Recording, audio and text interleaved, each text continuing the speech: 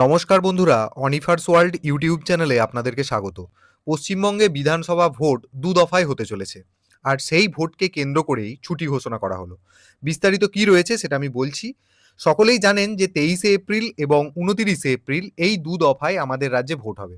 তাই ভোটের দিনগুলোতে সমস্ত সরকারি office, organisation, undertakings, corporation, board, school, college সবই ছুটি থাকবে। মানে যেখানে যে অ্যাসেম্বলিতে যেদিন ভোট থাকবে সেখানে ছুটি থাকবে।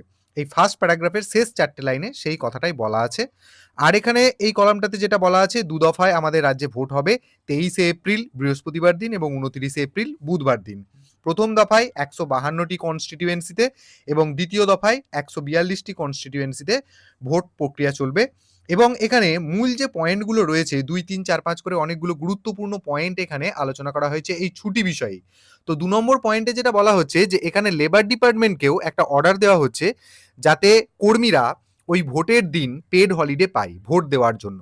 মানে শুধু সরকারি কর্মীরাই নয়, চা বাগান সহ সব কর্মক্ষেত্রেই এই ছুটি দেওয়া হবে।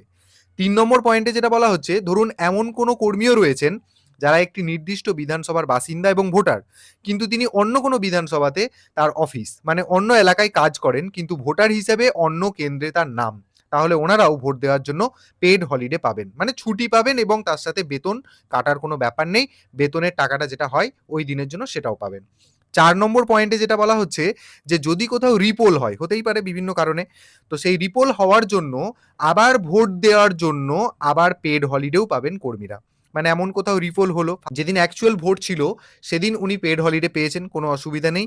আবার রিপোল হলো, সেই রিপোলের দিনও কিন্তু উনি ভোট দিতে যাবেন এবং তার জন্য উনি ছুটি পাবেন। আর 5 নম্বর পয়েন্টে এখানে বলা হচ্ছে যে ধরুন যেদিন ভোট গ্রহণের ডেট, সেদিন খুব দেরি পর্যন্ত ভোট প্রক্রিয়া চললো, যাতে করে পোলিং পার্সোনালদের রিলিজ পেতে অনেক দেরি হয়ে গেল, তো বাড়ি ফিরতেও সেটা হয়তো ধরুন অনেকটা টাইম পেরিয়ে গেল।